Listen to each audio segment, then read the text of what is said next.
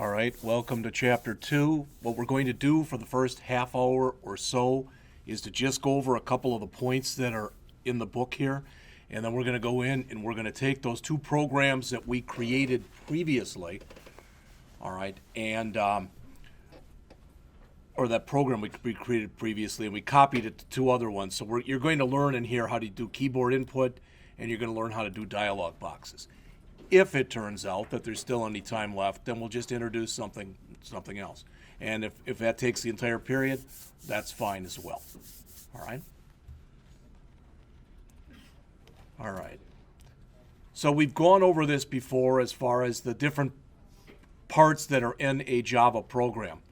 All right, but I do want to mention a couple things that they mentioned because the book does a better job using the exact verbiage as far as, as opposed to what I use. Okay? So again, this is known as a class header. It begins what's called a class definition. All the explanations are down here. Public it's sometimes called an access specifier. It's sometimes called an access modifier. All right? Every .java file that we create this semester will have to have a public class in it. That public class, again, whatever you call this, that's the same thing that you have to name the file. And Java is very picky because not only do you have to name it that, it has to be the exact same caseness and everything, all right, or else problems can occur, all right? So that's the first thing, so that whole thing in there. Again, public's a keyword, class is a keyword, and I'm going to ask that when you do this, that you follow industry standards. Public and class must be in lowercase, all lowercase. When you've got the name of a class, the first letter should be in uppercase. And if you run two words together, for instance, if I put down here public class tax rate, then the T in tax and the R in rate should be capitalized and everything else should be lowercase. I'm going to ask that you do it like that. And I'm going to tell you this because I could tell you stories, and John knows who I'm talking about, but I won't mention any names. All right. But if you can't spell, learn how.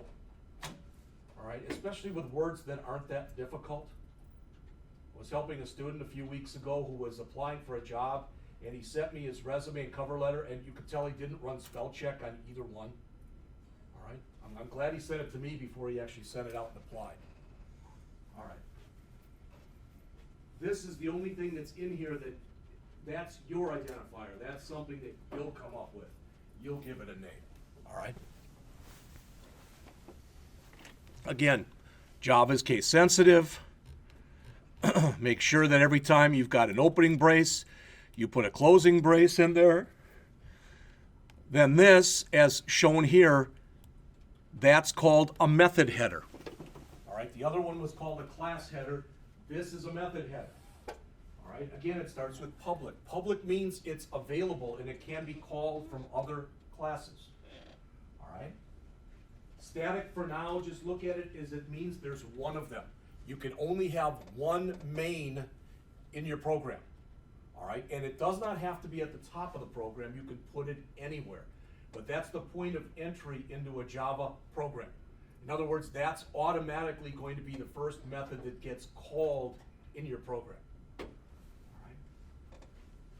Void means that this particular method does not return anything. It is void of a return. What you'll notice when we start writing more methods, you can put int here, you can put float or double and a bunch of other stuff. All right, we'll get to that in due time. Main is, again, the name you call it, but that is, again, a user identifier.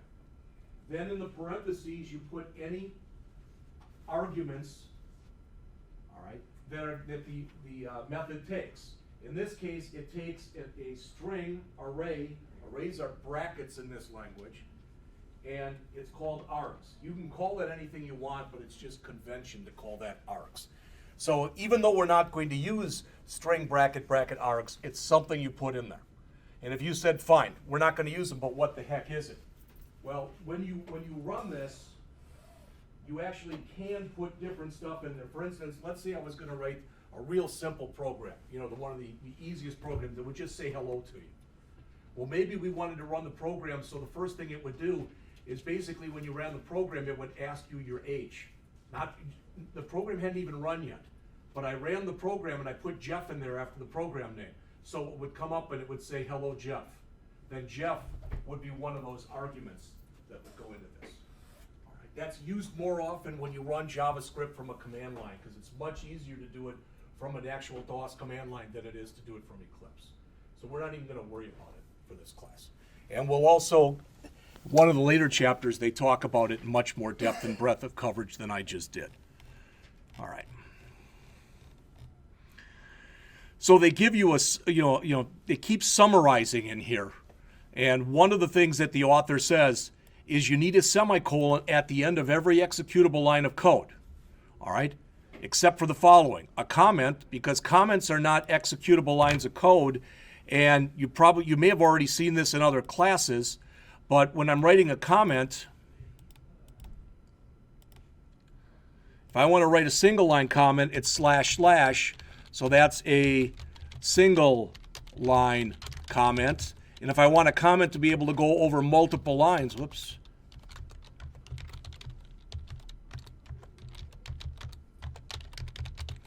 Then it has to start with a /* and it has to end with a //.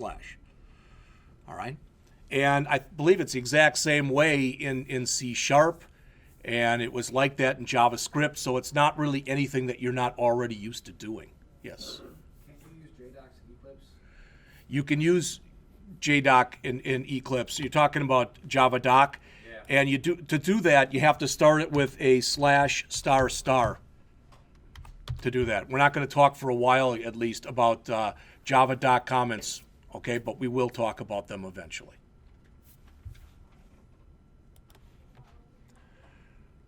All right, you also don't, after a class header or after a method header, don't put a semicolon there, and don't put semicolons after brackets. There'll be an exception to that when we get into looping later, all right? But for now, that's fine.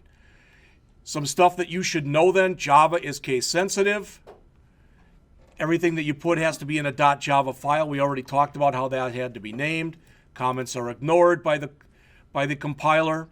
You can have as many Java classes as you want in the same file, but only one of those classes can be public. Later we'll write what are called nested classes. We'll write a class within our main class. All right? And you'll see that later. Again, every Java app must have a main. Every left brace must have a right brace. Every statement must be terminated by a semicolon, except for the stuff we just mentioned. So they talk about some of the stuff, and they show this here in Table 2.1. All right? Again, you're all big enough people where you can go look at this stuff yourselves, but I'm just trying to hit what I consider to be the high points in here. All right. Next, they talk about print and print line, and they're making this much harder than it has to be. Okay? So if I sit there and literally, let's say that I do this. Let's say that what I want to have happen is I want the system to come up and say, what is your name? And I want the cursor then to just be blinking right where it's shown. Make sense? Okay? Then I would do that. To do that, I would say system.out.print what is your name, and put a space there. Because when I use system.out.print, it leaves the cursor on the same line. All right? If instead I wanted to say, what is your name, like this, and I wanted the cursor then to be resting right there, then instead of saying system.out.print, I'd say system.out.print line. And I can put a blank space in there. It doesn't really matter one way or the other. All right, do you get the difference? So print line actually forces a new line to happen where print keeps you on the same line. All right. Now, you'll notice here system, that's basically a Java method. It's a built-in method. Out, by default, out goes to your screen. All right, and not only is there a system.in, or system.out rather, there's a system.in, which by default is the keyboard, and there's a system.error, and by default, that's also your screen. All right, when we get into talking about files, that'll be a few weeks up, you'll see how we can change system.in and system.out. All right. So I don't want to, they go through a big song and dance about this, and it's fine. But it's a lot more than I think what I just gave you should be plenty. So you should be able to look at stuff like this and realize with this, because they're both print lines, you'd get a blank line after this, a blank line after this, so your cursor would be resting down here someplace. Okay?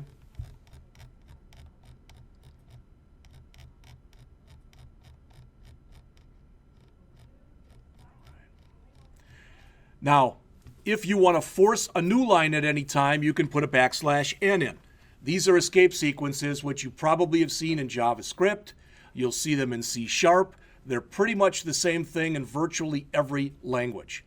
The first two that are shown there, the \n for new line and the \t for a horizontal tab, are the ones you're going to use probably 99% of the time.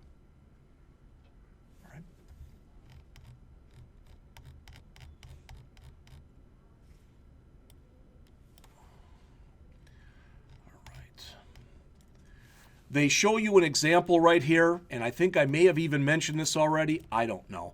But in case I haven't, again, if you do this, so if you type in this, and that's the line number, all right, this line right here, that line, is called a variable declaration. I am declaring a variable right there. This line right here is known as a variable initialization. Get the difference? So if I do this and just put this here, and don't put in a line like this, if I do this and then I attempt to do a system.out.println before I've given it a value, I'm going to get an error message. The system is going to throw an error message, and it's going to say null pointer exception. And what that means is the value of this is null. Since it's null and it doesn't have a value, I'm not going to allow you to go on. All right? But if I try to print it after I've initialized it, then it'll work just fine. All right? And again, if I want to, and that's typically what you're going to do, is you're going to typically do something like this, where you do both the declaration and the initialization on the same line. If and if you're not sure of what to go so let's say I had no idea what value is. Typically for numeric values, you'll initialize them to 0. Typically for Boolean values, which are true false, so let's say married, if you don't know, you set it equal to false. Typically for string values, if you don't know what it is, you set it equal to the empty string. All right. Now there are exceptions, as you probably guessed, to all that stuff, but that's usually the way it works when you don't know what something is. It should be, that's typically what you'll initialize it to.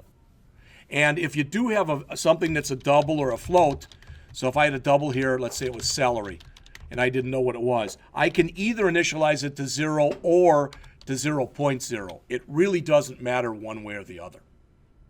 All right.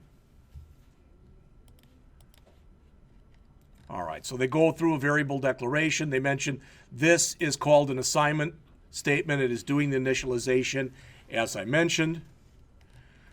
You can use plus. The plus is what's known as an overloaded operator. In other words, it can be used for more than one thing.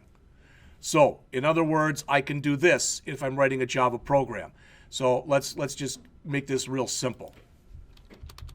So I'll say int x equals 7, int y equals 10, int z equals x plus y. Right there, I'm using, not z plus y. Right there, what I'm doing is I'm using the plus sign for addition, what you're used to seeing. All right? So if I made a couple more variables in here and I said string first equals Jeff, string last equals Scott,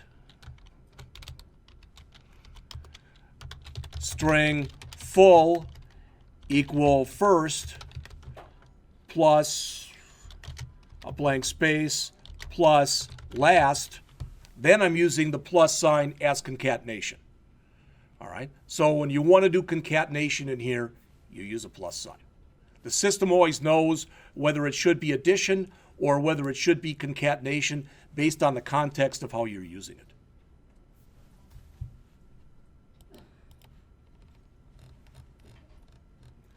Be careful with quotation marks, and all the author is saying here is don't ever do something like this. Don't say int value equals double quote 0 double quote. It doesn't make any sense. Never put arithmetic values, all right? Never put them in quotes. Never put commas in there when you're putting a value in there. Never put dollar signs in there, etc.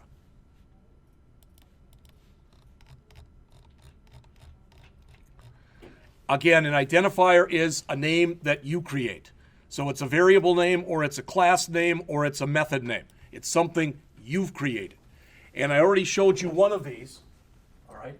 So that's a class identifier right there. So this is how you're going to do things for a class identifier. All right? If it's a variable identifier, and let's say as a variable it was tax rate, then you do it like this. See the difference? Oh, in the first case, the T is capitalized. In the second case, it's not. These are just standards, so I'll expect you to adhere to those standards. And if you have a method,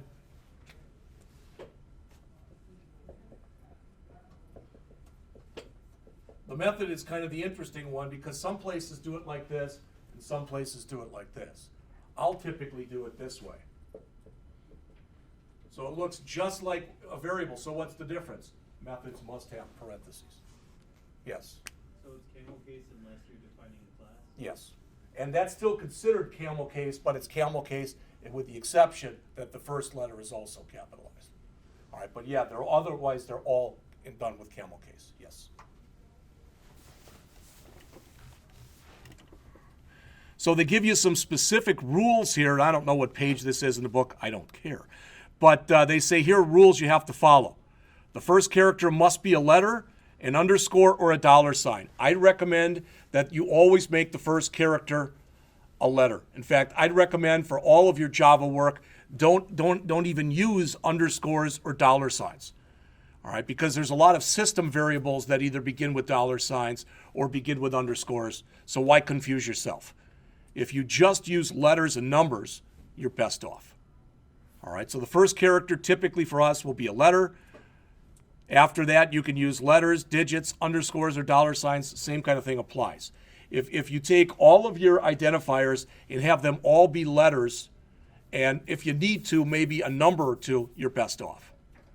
It's a case-sensitive language, and your identifiers cannot include spaces. There's no magical way to make that happen. So the author shows you some things in here that are legal and some that are illegal. I'll let you take a look at that. We already mentioned the stuff about the class names. So I showed you this last class period, but I'm going to put it up again.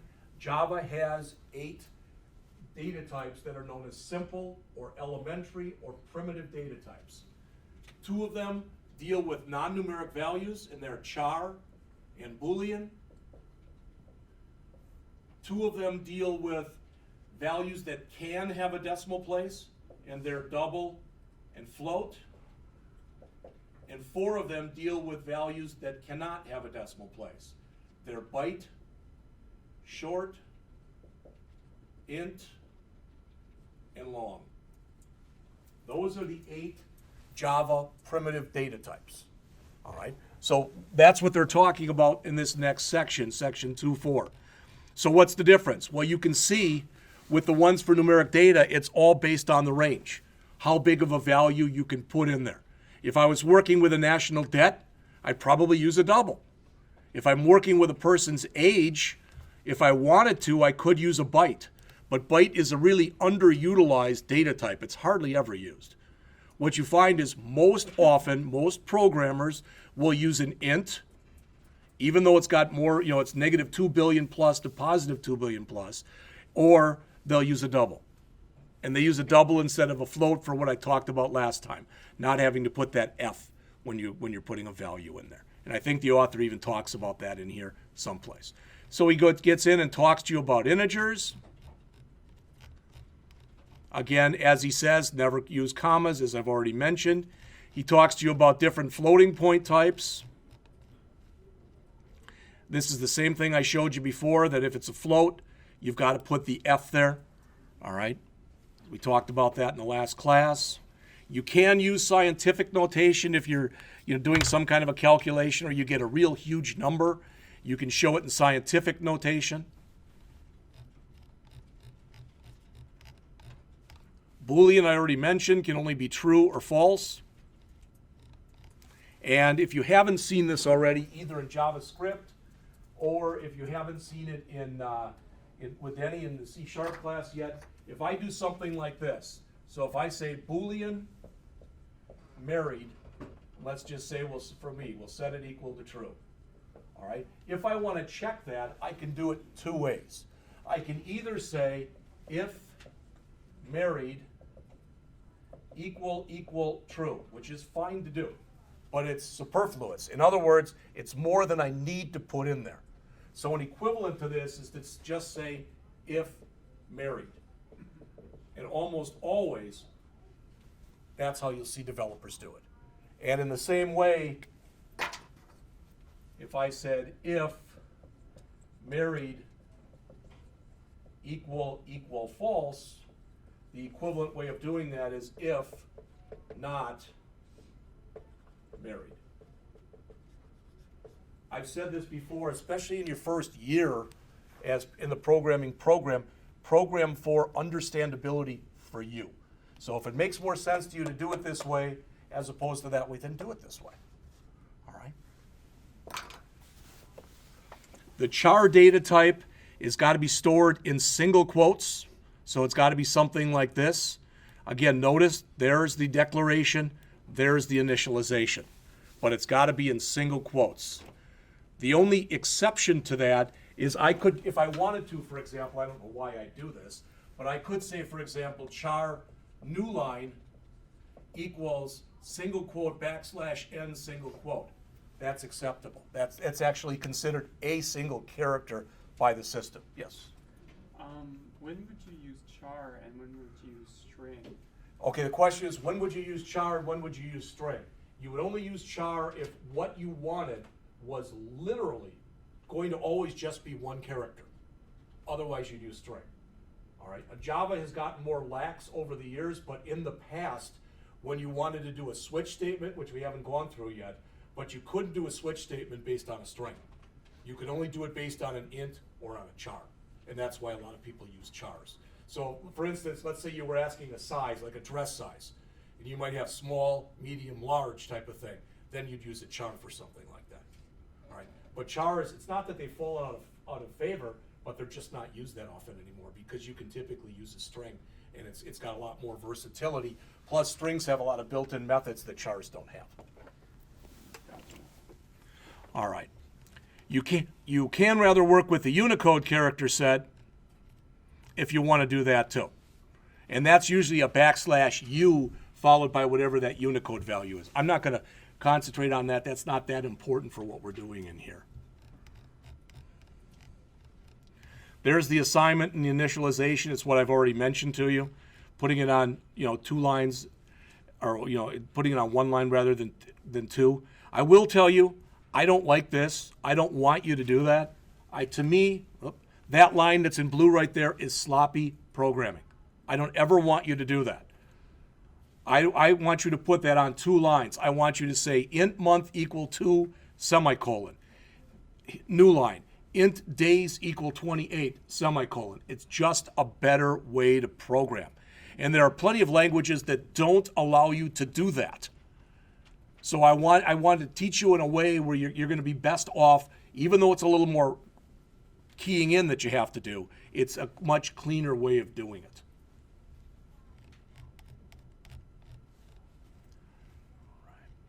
Variable can only hold one value at a time, so here x is 5. Once I do this, it'll be 99. That probably makes sense to everybody, or at least I hope it does. The arithmetic operators, there shouldn't be any surprises here.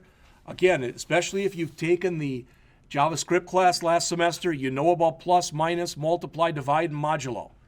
If you weren't in that class and you've never seen modulo, it's the remainder operator. Typically, you use modulo rather the most often for breaking something down into hours, minutes, and seconds, or dollars and cents, or something like that. All right. That's their overtime program, so that's fine. This, if you've never seen this before, kind of an important thing that you realize this, like I said, if you haven't. So if I have this, and I asked you what the answer to that was, the answer is actually 2.0. It's not 2.5. And the reason it's 2.0 is what Java does is it says, oh, integer divided by integer. So it does give you 2.5, but then it says, oh, it's an int divided by an int, throw away the remainder. So it automatically does that. So how do you get around that? Well, you could say 5.0, or you could say 2.0, or both of them like I've shown here. Then you'd get 2.5. And if you don't want to do that, you can do what's called casting. So I could, right here, change all these back. I should have done it first, but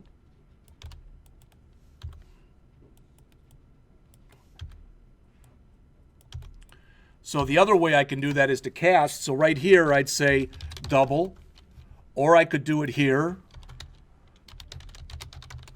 or I could do both of them. And again, you can put a blank space there. You don't need to put a blank space there. All right, any of those would work. Now, people say, well, you're changing its value. No, if something appears on the right-hand side of an equal sign, you're not changing its value. All right, so this is a copy.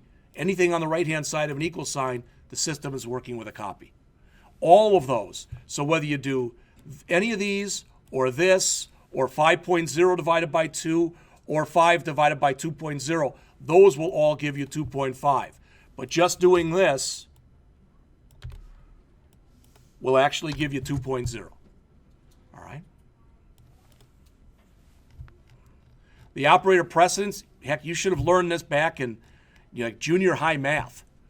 You do multiplication, division, and modulo before you do addition and subtraction.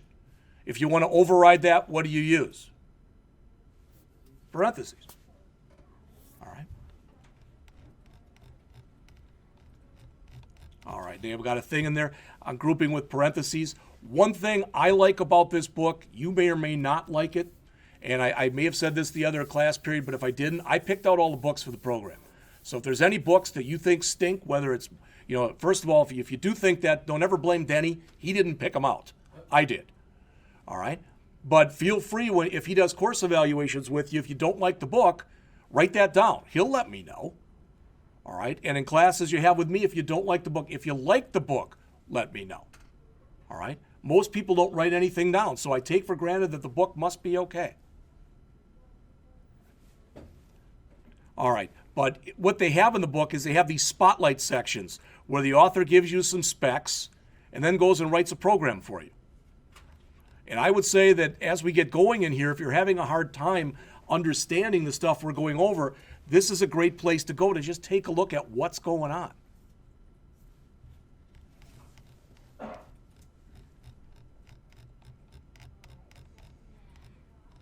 Java has a math class. What does that mean? That means that it's got a class, all right, that you can call its methods. If you take a look right here, that's the same thing as saying result equal 4 squared. Does that make sense? 4 and then comma, so that's the number, and then after the comma is what you're raising it to. You're best off when you work with this stuff to make sure whatever you put in here are doubles. All right? It allows you to do pow. It allows you to do square root. As I told you the other day, if I come out here and I go out here to java.sun.com, and out here I go out to the Java API, and I go to SE8, someplace under here, if I look long enough, I'm going to find the math class. It might be in here, it might be in there, I don't know. But it's in here someplace. And that shows you all of the different stuff that you can do with a math class. And you say, my gosh, there's a hell of a lot of stuff there. Yeah. That's so you know you don't have to write your own routines to do that stuff. All right? There's also a constant that's available. At least, in fact, there's more than one. But the one you'd use most often would be this one. Make that a little bigger. Which has the value you probably think it would have. 3.15, what is it, 14159? And I don't know how many decimal places it goes out to. What's that? It's not the Indiana's version, is it? I don't know what that is. It's 4. Oh, no, it's 14159, and then whatever. It should be a minimum of 6 that it puts it to. When you're working with doubles and you're working with floats, if you don't specify a size, it's either going to make it 1 or it's going to make it 6. All right. All right, so they show the square root. The combined assignment operators. Plus equals, minus equals, times equals, divide equals, and modulo equals. All right? They're just shortcuts. Again, if they confuse you, don't use them. But if I do this, var x equals 3. Then I want to say var y equals x plus 7. Now, let's do it like this. We'll make that 4. And we'll say, later on in our program, we'll say y equals y plus 4, which is fine. But I can also say y plus equals 4. So these two lines will do the same thing. All right. Is there an advantage of using one as opposed to the other? The second one will actually internally execute faster. That's the advantage. So if you're working, in a shop someplace, and whatever you're working on, if it's something that has to be, it's real-time sensitive. You need the information and you need it now. You're constantly optimizing your code to try to make it run faster. That would be one way you could perform an optimization.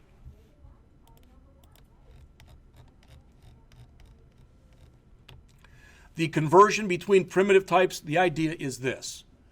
Okay? Someplace in here, there we go. This is the magic right here. Highest rank, lowest rank.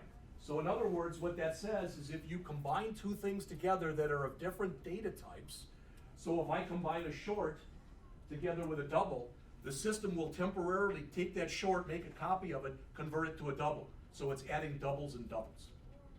All right? And it does all that stuff behind the scenes. It's on the right-hand side of the equal sign, so you don't have to worry about what's happening, but it happens for you. All right? The casting I've already shown you. So they've got some examples here in table 214 in the book.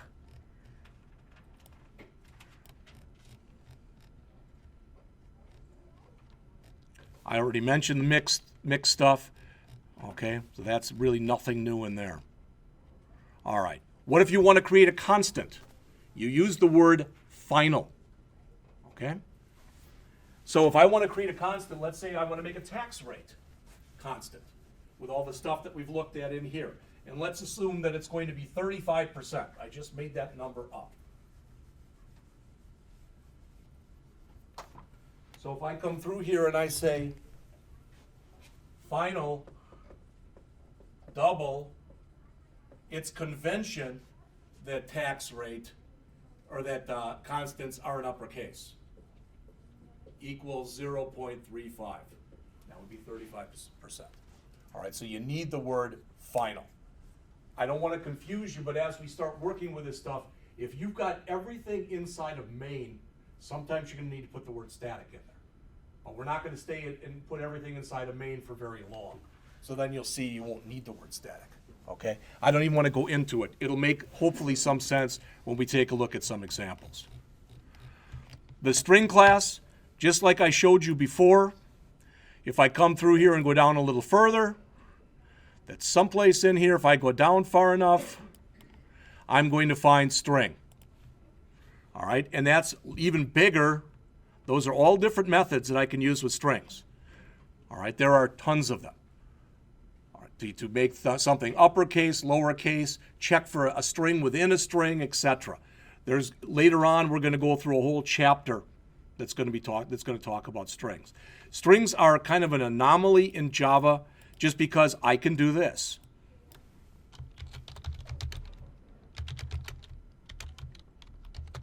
That's totally legit.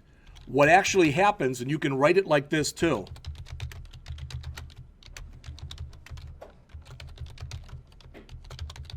That's actually what's happening behind the scenes. Because strings are objects.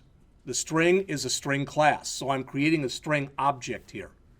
All right? So I can do this. This is just an alias for this happening in the background.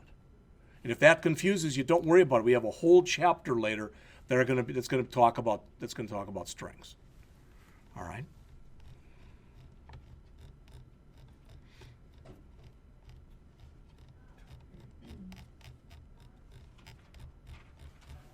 They give you a bunch of junk in here. There's some of the stuff you can use. Char@. If you had class with me last semester, you know what char@ is. Because usually when we put something in a loop, we would ask the user to type in yes, Y, or N if they wanted to run the program again. And then we'd use char@ in case they typed in yes instead of Y to just grab the first character. All right? Scope, make it simple. Anything that I define outside of a method. So imagine that I've got this code that's here. I'm just going to copy it, so pardon me, it's going to have line numbers in it. And I hate that, but it's going to anyway. All right? I can't do that. So if I define variables that are in here, they're outside of any method, those are global to the program. Or I should say global to this class. All right? But on the other hand, if I come in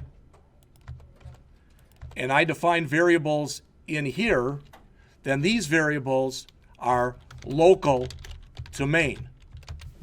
In other words, they're not known outside of main. Can I make them known outside of main? Yes, but then I have to pass them. We'll get into that. There's a whole chapter on that later on in the text. Comments we've already hit on, single line versus multi-line, so I don't feel the need to go back over that. The thing that Jory, right, that you mentioned before was about documentation comments. If you want to learn about documentation comments, Jeff, before I learn about them, what the heck are they? All right. Well, if I come out here, and if you notice, if I click right here, it actually shows how this is used, the parameters, etc. Those are actually, this was created with Java doc comments. If you want more on that, you can go out and on the P drive for the class, I put a thing out there. I'm going to do very little on Java doc comments in here, but if you do go out to 152, 143, under the articles here, this is I always go back to this one because I love the cartoon, but they also talk in here about Java doc, and typically I'm sure there's a real simple way to run this, to have Java doc and have it create a bunch of stuff for you in Eclipse. But when I want to use Java doc, then I run it from a command line. And they show you in here someplace actually how to run it via the command line. This is what ends up getting created, is something that looks like this. You actually get an HTML file that gets created with your program that's just filled with all the Java doc comments you put in. All right?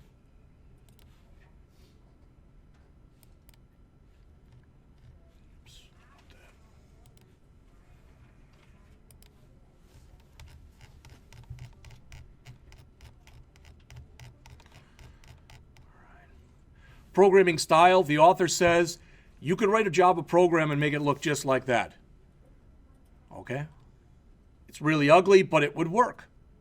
But it looks much nicer to have it like this. It's easier to debug. It's easier for you to look through. Hopefully it makes more sense to you. All right, that's the way I'd expect you to write them. So that this whole thing in here is about indentation, etc. All right, I'm going to go through this, so if somebody can let me know when it's about 10:55, we should be able to finish it before that or by this. These are the other two programs we're going to do after the break. We're going to work directly with keyboard input, and I'm going to have you put some stuff in And when you put it in, it's going to immediately generate an error message. But I want to show you how you can have the system have Eclipse fix the error message for you. All right? So you'll see that in just a minute. It'll also, in order to use this, we're going to have to do what's called an import. Use what's called an import statement. All right?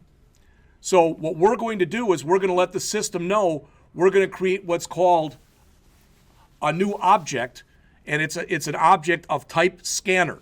You call it keyboard because that's basically what it is. But you can call it anything you want it. You know, Damien can put scanner, Damien equals new scanner, system.in. Then everywhere you'd use the word keyboard, he'd just use Damien. And that would work just fine. Most people call it keyboard because, again, that's what it is. So what I'm saying is I'm going to be inputting stuff. And as I mentioned to you last class, the problem with the program that we created as a class is every time you run it, it gives you the same output. Because we hard-coded in the first name and the last name and the hours and the rate. All right, now we're not going to do that. We're going to ask the user for that information. So if you need more on that, it's explained right in here.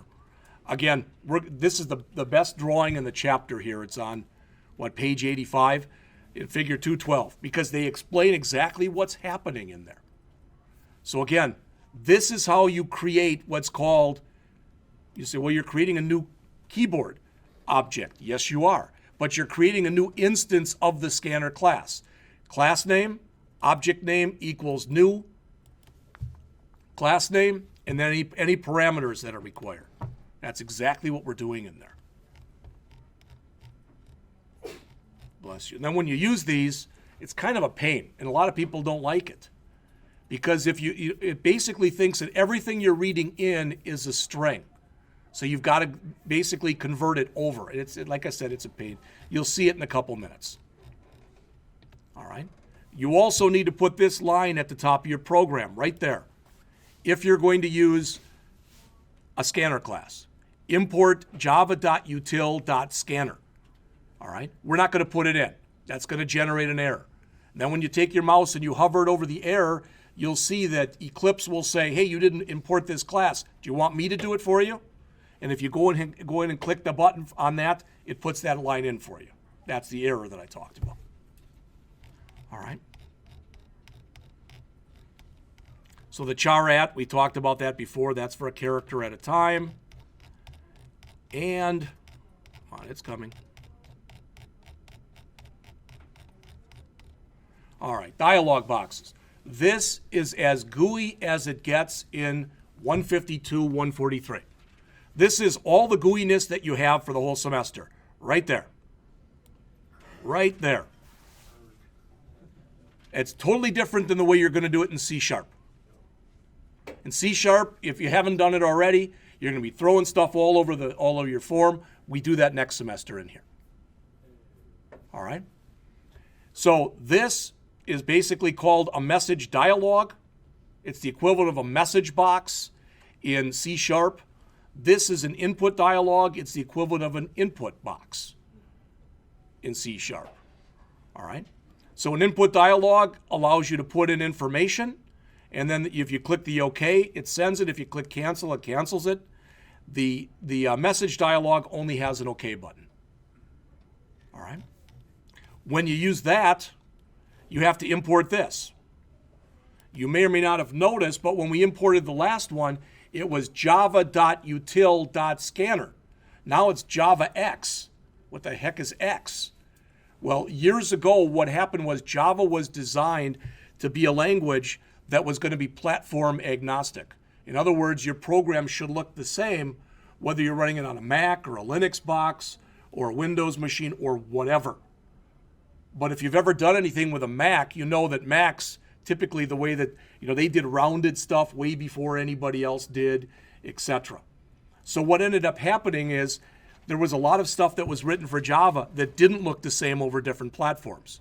So much of it was rewritten. And instead of it being called Java stuff, it was called Swing, S-W-I-N-G. And all stuff that's Swing related has an X on the end of Java. All right, we'll hit that in a much later chapter, but you'll learn all about it. So this is how you display a dialog. So if I say J option pane dot show message dialog null, comma, hello world, that does this. Okay, Jeff, what the heck is the null? The null means put it right in the middle of the screen. For now, that's what we're going to do, rather than having to worry about screen coordinates and the like. All right? So this is what you want to have show, the hello world. This is where you want it to show. And you get that. And input dialog is a little harder because, again, if we do this, we create a string that's called name, and we could have done that as one line as opposed to two. That's going to create this right here. So they've got an example program for each one of these. What we're going to end up doing, all right, what we are going to end up doing is we're going to do these ourselves in our payroll program. And you're going to end up doing double.parse double as soon as we get back from the break. All right?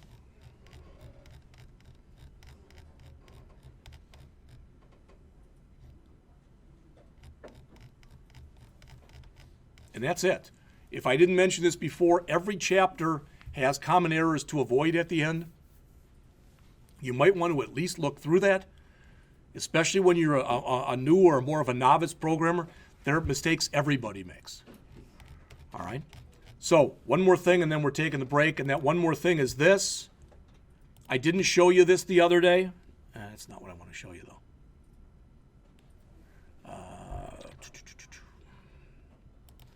All right. I sent myself an email so I wouldn't forget to tell you this. Now I got to remember where the hell I put the email. There.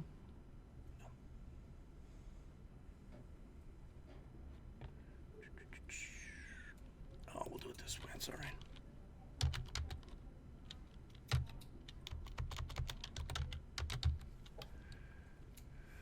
All right, let's do it this way.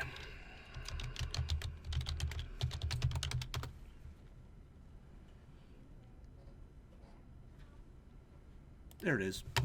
All right, if you go out to here, you don't have to do this, but if you go out to here, this is the most extensive Java tutorial there is.